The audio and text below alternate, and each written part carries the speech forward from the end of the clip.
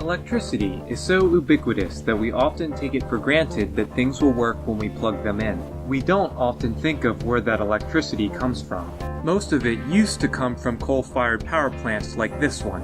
And while renewable energy sources are increasing in market share, they still only represent 4% of the electricity portfolio in Pennsylvania. Natural gas is the second largest energy source for Pennsylvania, and gas turbine engines are typically used to generate electricity from this fuel source. These engines are run fuel lean in order to meet emissions requirements.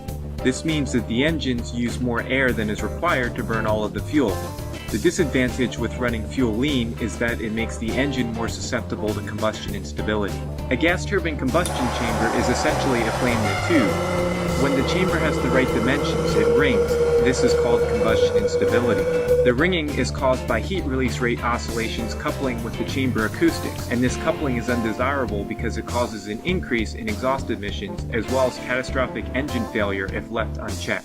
Real gas turbines have multiple flames in each combustion chamber, and supplying different amounts of fuel to each flame is one way of suppressing combustion instability. This is called fuel staging. These engines must undergo transients in fuel staging as electricity demands change throughout the day, and it is not well understood how these transients affect instability. The goal of my research is to understand these effects. I am studying fuel staging transients at a model gas turbine combustor.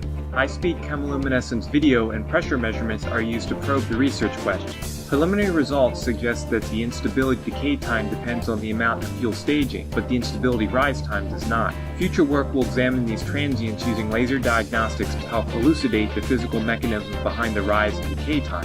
Understanding these mechanisms will allow the next generation of cleaner, more efficient engines to be designed.